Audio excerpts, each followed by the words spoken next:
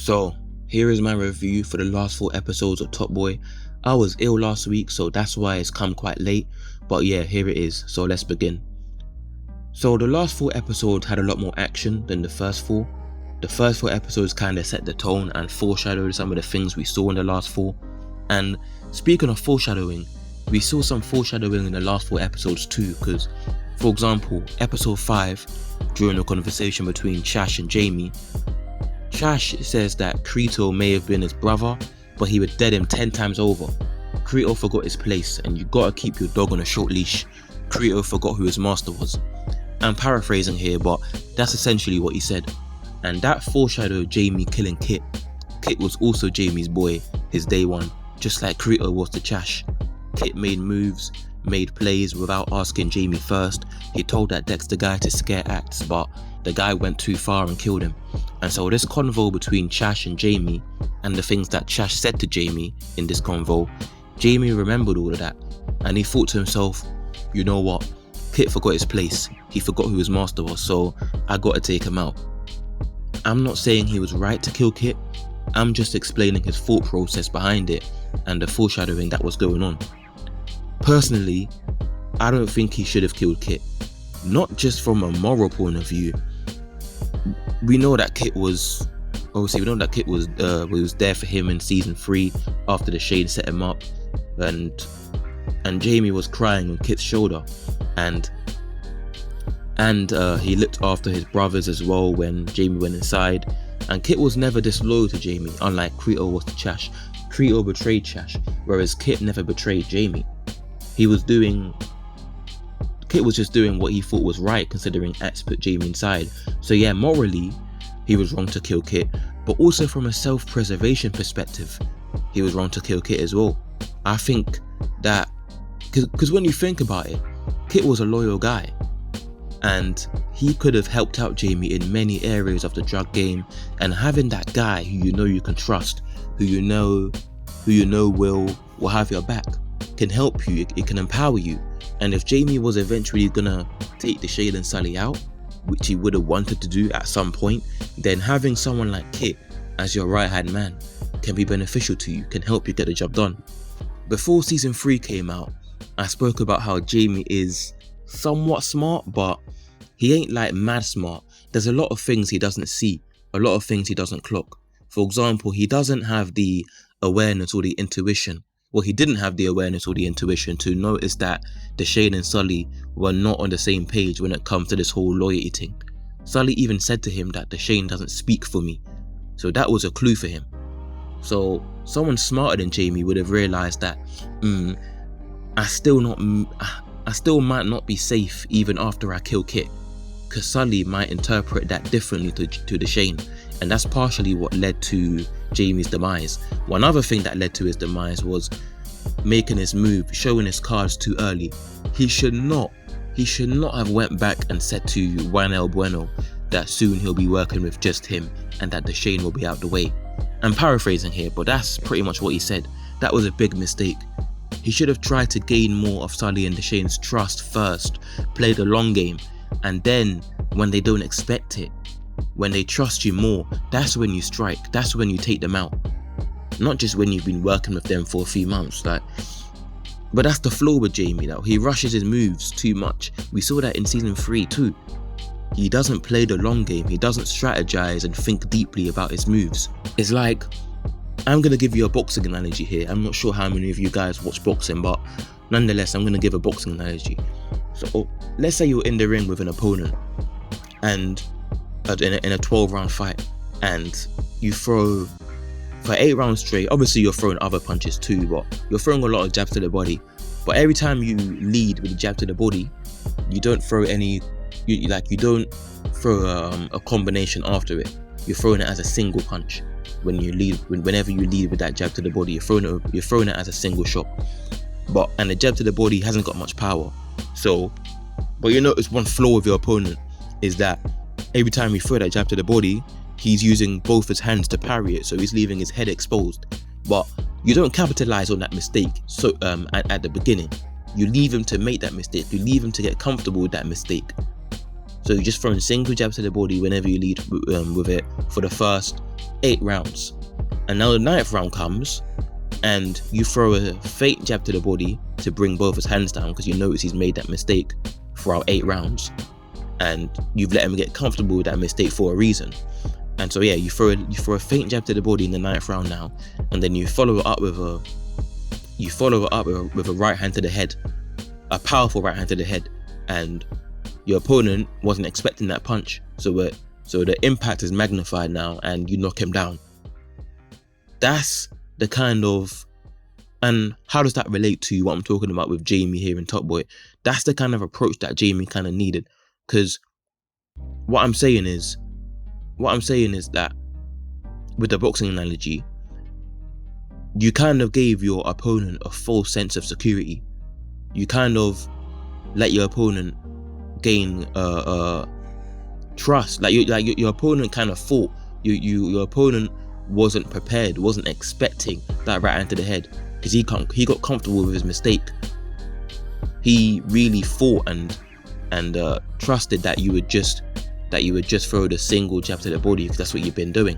But nah, you followed it up with a right hand.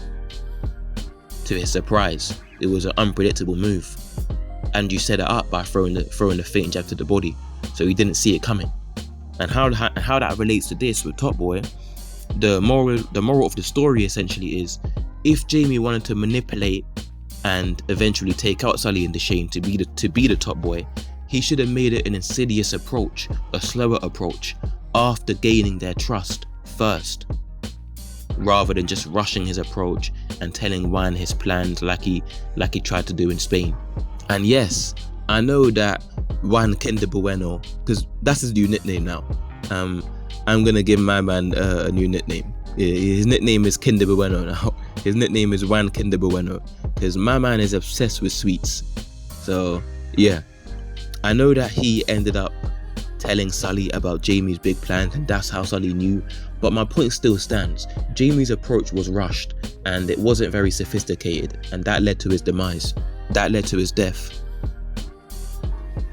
In terms of why Sully killed Jamie, well, there's a multitude of reasons which I'm going to explore. First one is Sully knew that Jamie couldn't be trusted. If this brother killed his day one, his boy, then he's defo willing to kill me. And when the opportunity arises, that's evident, because he killed his boy, he killed Kit like it was nothing. So Sully thought to himself, do you know what, I gotta take him out first, because when the opportunity comes, he's gonna try and kill me if he easily killed his boy. So yeah, I gotta kill him first. That was Sully's mindset. Second reason is, I think it's because perhaps he wanted to derail Dushane's retirement plans, because Dushane told him that he wants to leave the game soon and pass the torch over to Jamie. So maybe he wants to keep Dushane in the life with him. I don't know, possibly. The third reason though is because Jamie's crew and Summerhouse, which is Sully's crew, were at war last season, and Leighton, a member of the ZTs, tried to kill Sully when he saw when he was at Jason's cremation. And Sully hasn't forgotten that, nor has he forgived. Remember in my review for episodes 1 to 4, I spoke about how when Kinder Bueno said, "Sweets are my weak point," and that was foreshadowing. I said that was foreshadowing, and I said that I'll explain how it's foreshadowing when I do my episodes 5 to 8 review. But yeah, here I'm going to explain how now, because it literally foreshadowed his death, because his fascination and his love for sweets allowed Sully to set up that scheme with the tin of pastries, where he hid the gun at the bottom of the tin and then killed Juan and the bodyguards. Well, he killed the bodyguards and he let Emilio kill Juan as revenge, since Kinder Bueno killed Antonio. So yeah, him saying sweets are my weak point, no true word was spoke really throughout the show. Going back to Kit's death, there were a lot of events that transpired in the lead up to his death, and let's talk about that. First of all, Kit killed Dexter. He shot him 2 times and battered him with the metal pole, which was a necessary move, and it was important for him to do, especially since Dushane was coming, and he would have questioned him about Dexter. But to be honest, the most important thing though that happened was that Kit finally Kit got in his 30 seconds of exercise and burned a few calories when he battered Dexter with that metal stick. Finally. So now Dexter, he can't tell Kit he can't tell Dushane that Kit was involved, and that Kit told him to scare Axe because he's dead, obviously.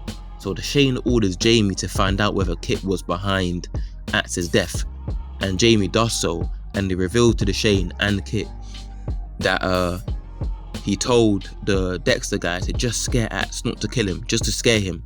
But the guy took it too far and he shanked Axe and killed him. But Kit didn't mean for that to happen.